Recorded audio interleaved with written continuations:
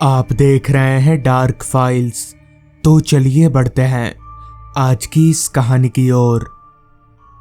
तब मेरी कार हवा से बातें कर रही थी जब घड़ी में रात के 10:15 बज रहे थे। मेरी कार जिस रास्ते से गुजर रही थी वो रास्ता कम और जंगल ज्यादा लग रहा था।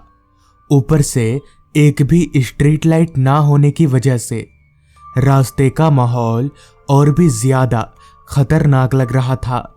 जाहिर सी बात है, ऐसे सुनसान रास्ते पर कोई मजबूरी में ही आएगा। मैं भी एक तरह की मजबूरी से ही यहाँ पर आया हूँ, कारण मेरे साले साहब की शादी है।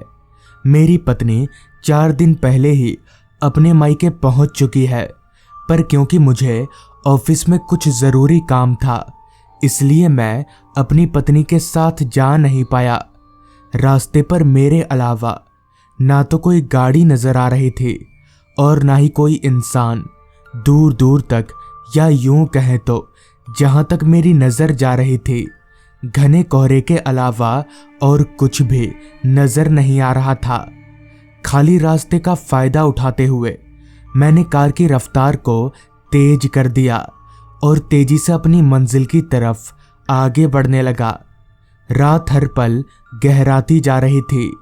अभी मेरी कार तेजी से उस रास्ते पर आगे बढ़ ही रही थी कि तभी रास्ते पर दौड़ती मेरी कार अचानक से बंद पड़ गई। कार को ऐसे अचानक से बंद होता देख मैं काफी घबरा गया और लगातार गाड़ी को स्टार्ट करने की कोशिश करने लगा, मगर जब 10-12 बार चाबी घुमाने से भी कोई फायदा नहीं हुआ तो मैं गाड़ी से बाहर निकला। जैसे ही मैंने गाड़ी से बाहर कदम रखा कि मेरा स्वागत एक तेज ठंडी हवा के झोंके से हुआ। बदन पर हवा ऐसे लग रही थी जैसे पाँव में कांटा चुभता है। खैर, देखना तो पड़ेगा ही कि आखिर गाड़ी में दिक्कत क्या है। लिहाजा मैं कार के सामने की तरफ गया और गाड़ी का बोनट खोलकर जांचने लगा, मगर मैं जितना भी जांच लूं, आखिर मैं कोई मैकेनिक तो था नहीं जो मुझे खराबी पकड़ में आ जाएगी। बहुत देर तक नजरें फेरने के बाद भी मुझे कुछ समझ में नहीं आया। मैं अब काफी परेशान होने लगा था। एक बार को तो दिमाग में आया क्यों ना अपनी पत्नी को ही फोन कर लिया जाए, हो सकता है उसकी तरफ से कोई मदद मिल सकती है। मगर दूसरे ही पल मैंने जब अपने जेब से फोन निकाला तो मेरी सारी उम्मीदें धरी की धरी रह गईं, क्योंकि मेरे फोन में नेटवर्क ही नहीं था। अब मैं पूरी तरीके से फंस चुका था। मुझे अब उस रास्ते से बाहर निकलने का कोई तरीका नजर नहीं आ रहा था। ना तो उस रास्ते पर एक भी घर था और ना ही कोई दुकान। अकेले होने की वजह से मैं गाड़ी को धक्का भी नहीं दे सकता था।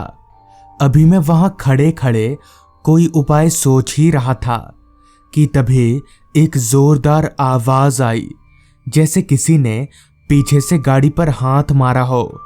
आवाज सुनते ही मैं दौड़ते हुए गाड़ी के पीछे की तरफ गया तो पाया कि एक अधेड़ उम्र का आदमी ठीक गाड़ी के पीछे खड़ा है और गाड़ी के बैक वाइंड शील्ड पर हाथ थपथपा रहा है।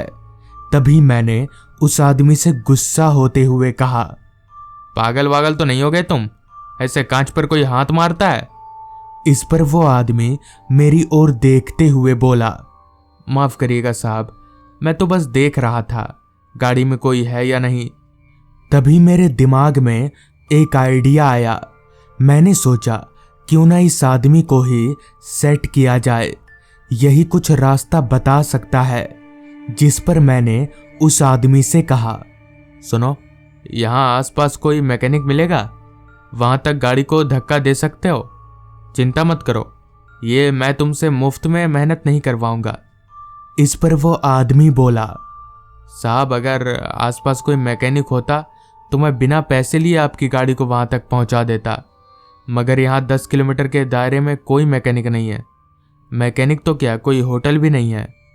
उस आदमी से ये सुनकर मैं और भी ज्यादा परेशानी में पड़ गया। समझ नहीं आ रहा था कि अब यहां से निकलूं तो निकलूं कैसे। मगर तभी बहुत देर से मुझे परेशान होता देख वो आदमी बोला, साहब आप एक काम कर सकते हैं, मेरे पास एक जगह है जहां आप रात भर रुक सकते हैं, वहां आपको कोई तकलीफ नहीं होगी। इस पर मैंने कहा, कहाँ, कौन सी जगह है?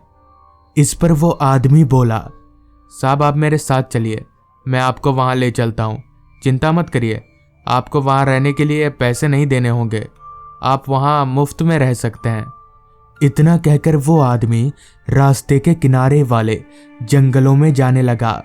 मैंने भी सोचा ये अच्छा मौका है, अगर मैंने इस मौके को अपने हाथ से जाने दिया तो सारी रात गाड़ी में ही गुजारनी होगी।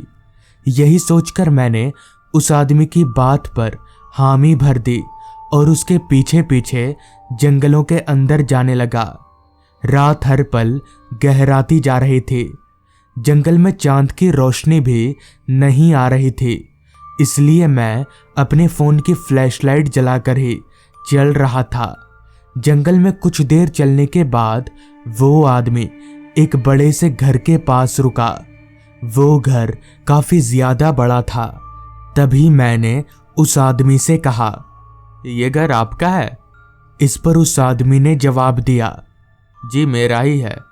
इतना कहकर वो आदमी उस घर के दरवाजे पर लगे ताले को खोलने लगा। मुझे अंदर ही अंदर थोड़ा बुरा लग रहा था कि मैं इतने बड़े घर के मालिक को चंद पैसों का लालच देकर गाड़ी धक्का देने के लिए बोल रहा था। खैर वो आदमी मुझे घर के अंदर ले गया। घर के अंदर हम दोनों के अलावा तीसरा कोई भी नजर नहीं आ रहा था, जिस पर मैंने उस आदमी से पूछा, आप यहाँ इस इतने बड़े घर में अकेले रहते हैं? इस पर उस आदमी ने जवाब दिया, जी मैं यहाँ अकेले ही रहता हूँ, घर के सारे कमरे खाली ही पड़े हैं, आप थोड़ा आराम कर लीजिए। जिसके बाद मैं उस घर के एक कमरे की तरफ जाने लगा। अभी मैं कमरे की तरफ जा ही रहा था कि तभी मेरी नजर दीवार पर टंगी एक फोटो फ्रेम पर गई। मगर अजीब बात तो ये थी कि उस बड़ी सी फोटो फ्रेम में कोई तस्वीर नहीं थी। खैर मैं चलकर एक कमरे में आ गया और कमरे का दरवाजा बंद करके जैसे ही पलटा, तभी मेरी नजर एक और फोटो फ्रेम पर गई। उस फोटो फ्रेम में एक तस्वीर लगी हुई थी। एक जवान लड़के की तस्वीर थी। उसकी उम्र यहीं कोई 18-19 साल की रही होगी। उस लड़के की तस्वीर पर फूलों की माला लटक रही थी। इसका मतलब कि वो लड़का मर चुका है। खैर मैंने इस पर उतना ध्यान नहीं दिया और चुपचाप कमरे में लगी पलंग पर लेट गया।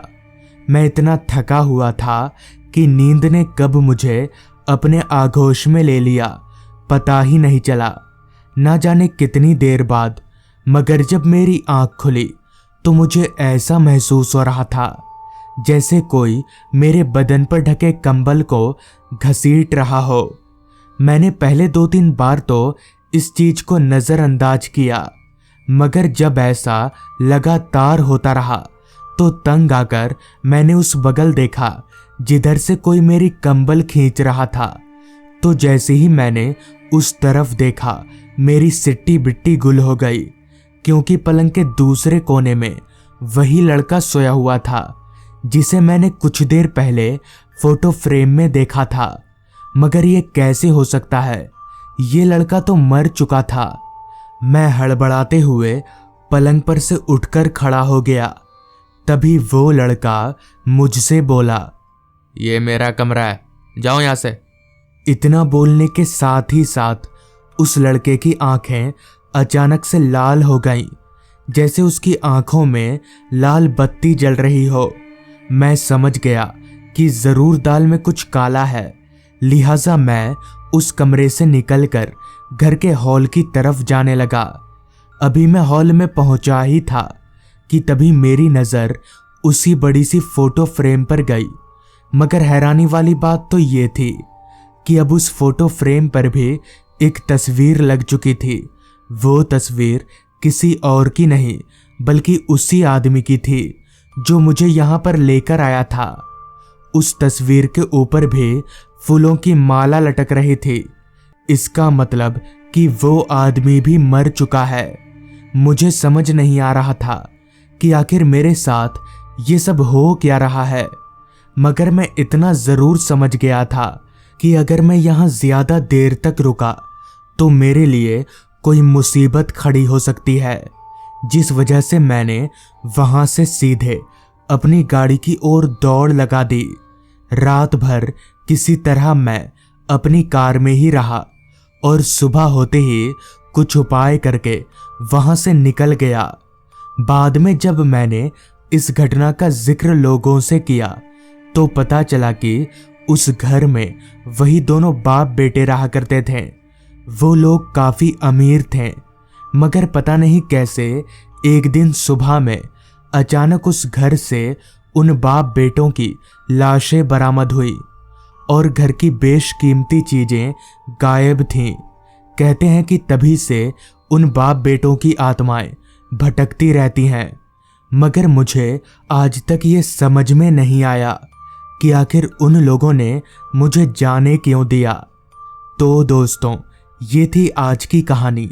अगर आपको ये कहानी पसंद आई हो तो चैनल को ज़रूर सब्सक्राइब कर लें। तो मैं आपका दोस्त आर्यन जल्द ही मिलूंगा आपसे ऐसी ही एक डरावनी कहानी के साथ।